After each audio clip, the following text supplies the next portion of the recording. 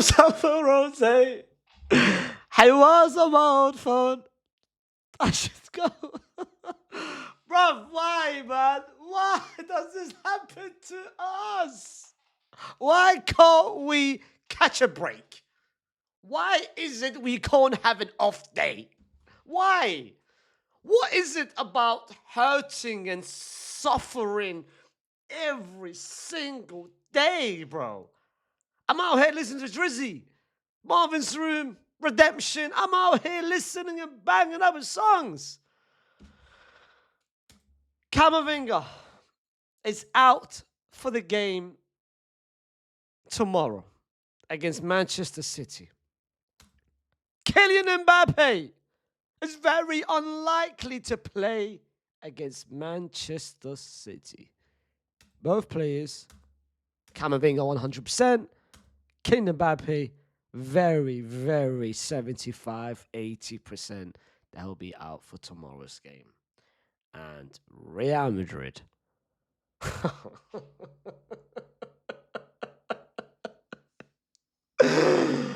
Hey, I can't lie, man. I feel like okay, you know what? Come outside right now. Wallah al-Azim, show yourself. Who has put a curse on this team? Who has given an evil eye on this team? Come right now and show yourself. Because this isn't normal. I'm going to be real. This isn't normal. Especially where we are right now and the very, very delicate situation we're in where one little loss can create even more drama.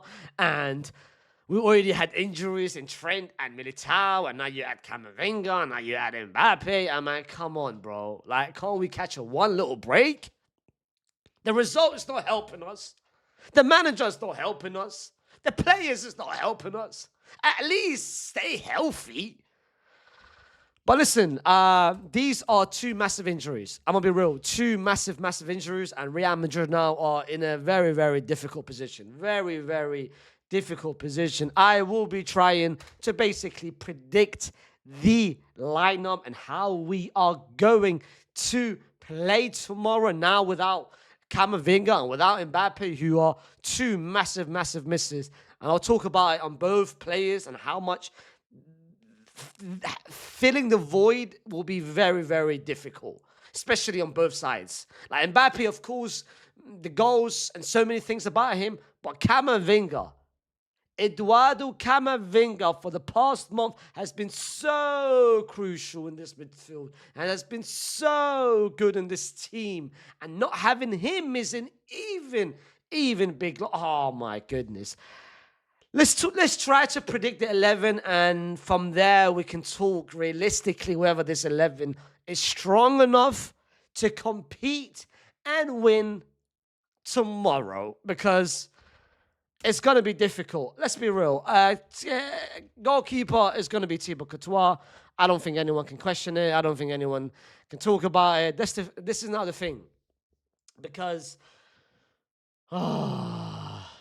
it's going to be Fede at the right back, because without Camavinga, we need Fede as a right back, especially because the matchup with Jeremy Doku on the right-hand side is going to be very, very difficult, and we need someone quick that can try to handle Jeremy Doku. And having a Raul as a right back is going to be, bro, it's GG, bro. Just, wallah, it's barbecue chicken. It's barbecue chicken for Jeremy Doku. So at least having Fede Valverde will try to neutralize and try to isolate him a little bit.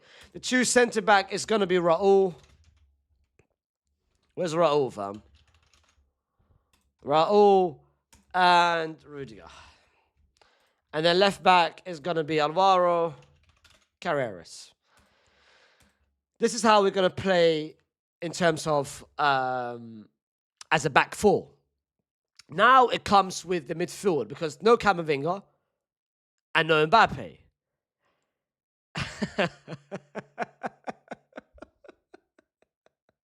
Why does this happen to us? Why? Why always me? It's going to be Jude, Tchouaméni. Arda now is 100% starting. Vinny is 100% starting. And now this is the last two positions because the last two positions is between four players. It's between four players. It's between Ceballos.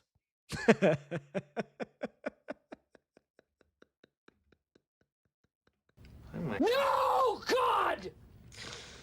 No, God, please, no! It's between Brahim Diaz. No, God! No, God, please, no! It's between Rodrigo. No, God! No, God, please!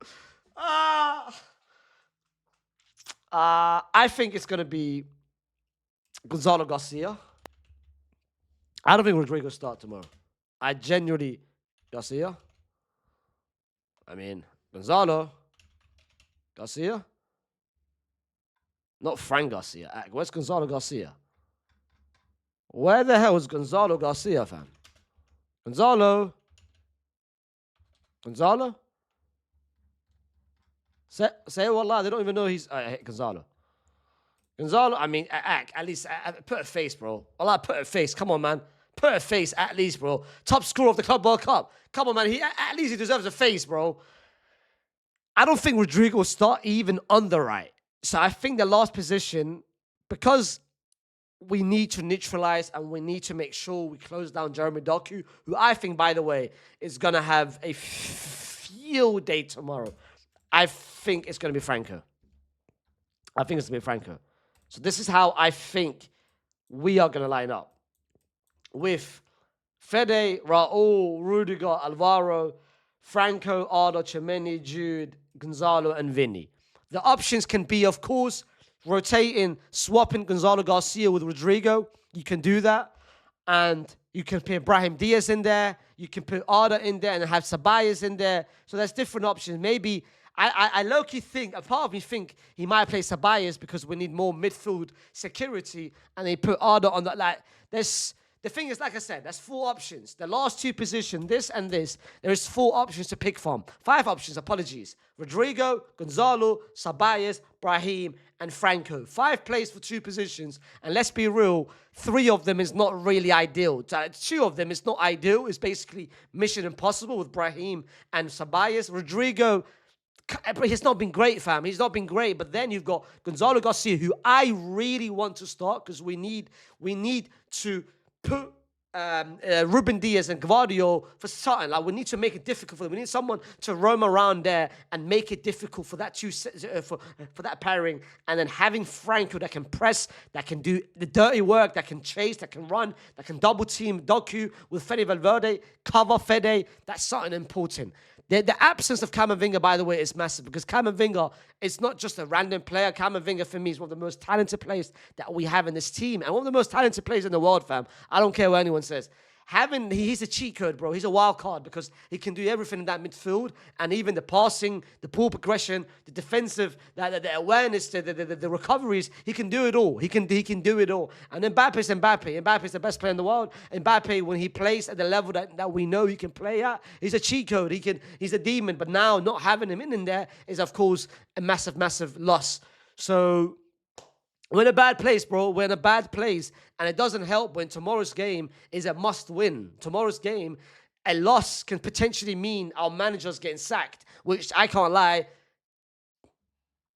Can we even now argue against it? Can we even now dispute it? Because apparently, what the reports are saying, apparently the game against Celta Vigo, Mbappe was injured. Mbappe had a knock. Why wasn't he taken off? Why wasn't he taken off? Why not take him off? And this is my issue. This is now the game management. You know you've got City coming up. Yes, you might be losing 1-0, but what's more important? The health of the player and the next game as well. Where's the game management? This is what I'm talking about. I'm looking at the Militao. You're playing him 90 minutes every single game. Where's the man management? Trent is not down to you. Trent is just a freakish injury. He just came back from an injury, so it's not like I'm blaming Trent for the lack of rotation. It's not. With the Trent one, I'm not putting it on Xabi Alonso. The Eder Militao, for me, is a 50-50. Both, again, it's out of freakish injury. It happens out of nowhere. But then again, I'm looking at Xabi Alonso. You could have rotated him. Mbappe, the reports are saying he had a knock versus Celta Vigo. Why not take him off? Why continuously to play him and make the injury worse and worse and worse? Again, game management. So if I'm asking you guys right now, and be honest to yourself, if I'm asking you guys right now, this current 11, this 11 that we have currently showing, is it good enough to beat Manchester City tomorrow? What is your answer? What is your honest answer? What is your answer, Ak? Because, by the way, Camavinga is not just out for Man City. Apparently, he's out for the game against Alaves. Mbappe, at the moment, that's just a pain in the knee, significant pain in the knee. It hasn't been fully confirmed whether he will miss the game. Like, Camavinga has been confirmed he's out. With Mbappe, it's basically unlikely. What I don't want to happen, because a part of me, and whenever I've got these feelings, it happens with this team. The same way, go check my watch along. You know, the draw, the Copa del Rey draw. I knew we were going to face that team. I've got some, bro, I know this team ins and outs, bro. A part of me tells me we're going to basically give painkillers to Mbappe and we're going to force him to play. Whether it's Mbappe's decision or whether it's the team's decision. It happened last year with Rudiger. We forced him to play even though he's injured. Fede Valverde for 2 games last season. We forced him to play when he wasn't 100%. I don't want the same thing to happen to Mbappe. If Mbappe is not healthy, don't play him. Don't play him. One loss against City is not the end of the world. Because I'm looking at it long term. This isn't short term for me. This is long term. Because we've got 4 wins out of 5. You lose against City, you still got 2 more games against Benfica and 1 more game, which I forgot. So you can make grounds at least in the Champions League phase. It's not a semi-final. It's not a final. It's cool. I'd rather not play Mbappe, even though he's not 100%, even though he's injured, make the injury worse, and he's out for a month or 2 months. I don't want that. I'm happy to sacrifice 1 game for the health of the player when he's fully back and fully healthy to come back the following game, and we still got 2 more Champions League games, and I'm happy to give chances to other players for them to maybe redeem, for them to showcase, listen, I can start. Give me a chance. So this is what I think is going to happen. What I hope happens is Endrick gets a chance. Give him a chance, bro. Give him a chance. That's nothing else. I mean, that's no losses here.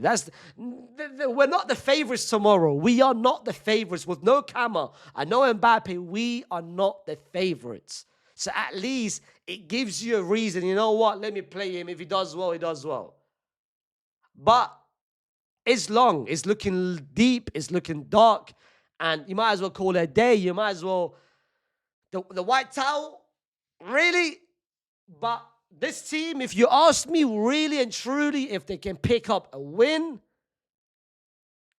I think they can. I think they can. Having Gonzalo for me is important. If he plays Rodrigo or if he plays Brahim, Rodrigo, depending on where he plays him, whether he plays him on the right or he plays him in the middle. If he plays Ceballos or Brahim, well, I call it a day, bro. I will not be there. How about that? I will not be there. I'll do the watch-along, say hello, and then end the watch-along. But guys, this is how I think we're going to play tomorrow. Of course, the news just came out today that both Mbappe and Camavinga 100%. Mbappe is very unlikely to miss, to play tomorrow. And this is what I think Real Madrid will play. Put down in the comment section what your predictions are with the 11 and the scoreline. Let's see what happens tomorrow. I'll be back later today to, of course, watch Barcelona versus Frankfurt. Peace.